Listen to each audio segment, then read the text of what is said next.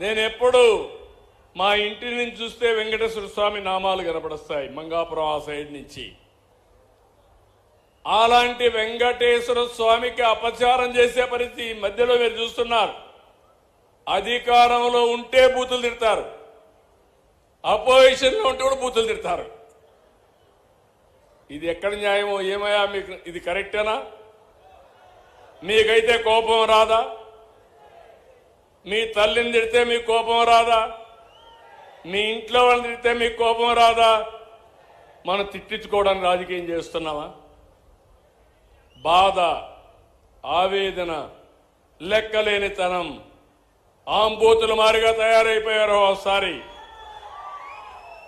రెచ్చగొట్టే ప్రయత్నాలు చేస్తున్నారు. రాష్ట్రాన్ని సర్వనాశనం చేశారు, గంజాయిమయం చేశారు.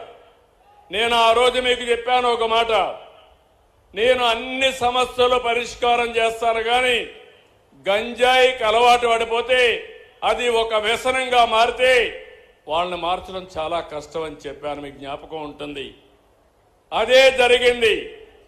మొన్న మదనపల్లిలో చూశారు, మళ్ళీ గంజాయి తాగి మృగంగా ప్రవర్తించే పరిస్థితికి వచ్చాడు.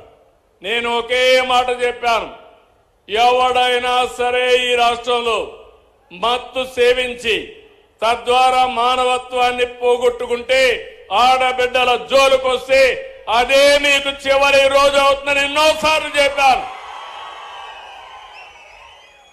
ఇప్పుడు కూడా ఆ మాట కట్టుబడి ఉన్నా. నేను ఎవరిని వదిలిపెట్టను. చట్టం దాని పని చేసుకుంటూ పోతుంది. అలాంటి వ్యక్తులు ఉండాల్సింది జైల్లో అయినా ఉండాలి, లేకుంటే చట్టం ద్వారా ఉరి శిక్షణ అయ్యాలి.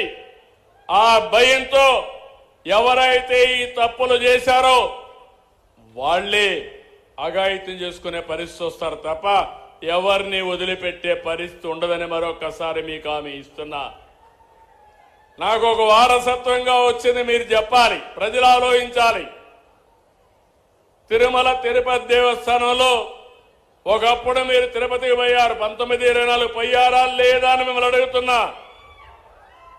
నాసి రకం ప్రసాదాలు అవునా కాదా అని మిమ్మల్ని అడుగుతున్నా. అప్పుడు ఇచ్చిన లడ్డు మీరు తిన్నారా? 1924లో తెస్తే సువాసన వచ్చిందా? నెయ్యి వాసన వచ్చిందా అందులో? నేను అడుగుతున్నా ఒకే మాట. మా తమ్ముడు నామాలు కూడా పెట్టుకున్నాడు, అది పవిత్రత, దేవుని మీద అభిమానం. చాలా మంది ఉన్నాం, ఒక నమ్మకం. ఆ నమ్మకాన్ని, ఆ పవిత్రతను దెబ్బతీసే అధికారం ఎవరికీ లేదు. ఒక మసీదు కావచ్చు, ఒక చర్చ్ కావచ్చు, ఒక దేవాలయం కావచ్చు, ఆ పవిత్రత కాపాడే బాధ్యత తీసుకోవాలి.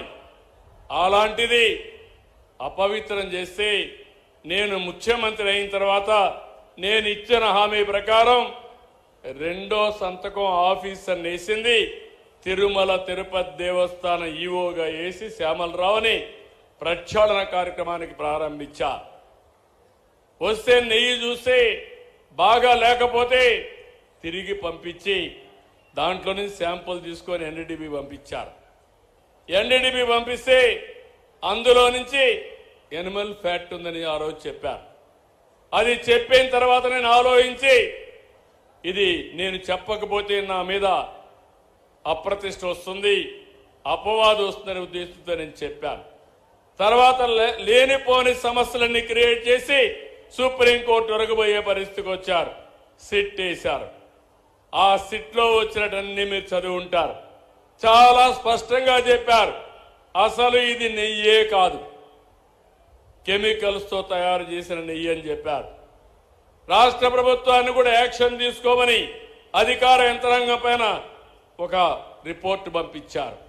ఇవన్నీ వస్తే తప్పుని తప్పించుకోవడానికి, వాళ్ళు చేసిన తప్పును వేరే వాళ్ళపైన వేయడానికి ప్రయత్నం చేసే నీచులున్నారంటే ఏమనాలి నాకైతే అర్థం